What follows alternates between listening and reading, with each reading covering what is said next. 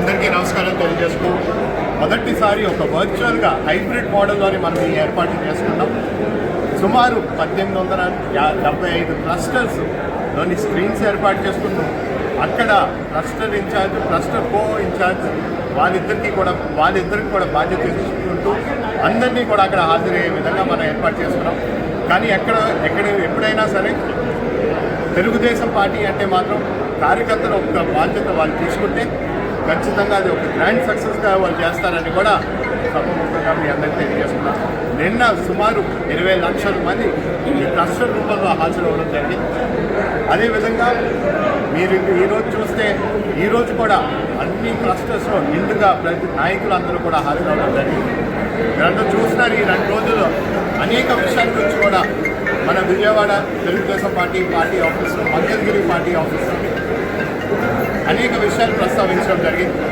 ఏ విధంగా ఆనాడు మన స్వర్గీయ నందమూరి తారక రామారావు గారు ఆయన ఆనాడు సుమారు 6 నెలల లోపలే పార్టీని ఏర్పాటు చేసుకుంటూ ఘన విజయాన్ని సాధించిన తర్వాత మహిళలకి సమానమైన ఆస్తి విషయంలోని సమానమైన హక్కు కల్పించాలని ప్రస్తావించడం జరిగింది.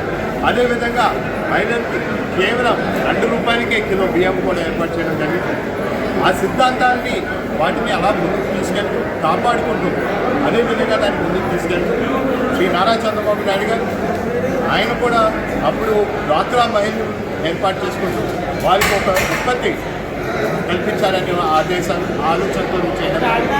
ఇప్పుడు మన national working president Shri Nara Lokesh garu ఆయన గత మహానాడులోని ఆయన ప్రస్తావించిన విషయం ఈ మహిళలకి గత కొద్ది నెలల ముందుగా కేంద్రంలోనే ప్రస్తావించిన అమెండ్మెంట్ స్త్రీ అమెండ్మెంట్ మహిళలకి 33% కేంద్రంలోని రాష్ట్రాల్లోని అసెంబ్లీ పూర్తి చేసే విధంగా అమెండ్మెంట్ అది బిల్ ప్రస్తావిస్తే అది అనేక కారణాల వల్ల పొజిషన్ వల్ల వాళ్ళు దాన్ని అంగీకరించలేకపోవడం వల్ల అది ముందుకు రాలేకపోయింది, చట్టం అవ్వలేకపోయింది.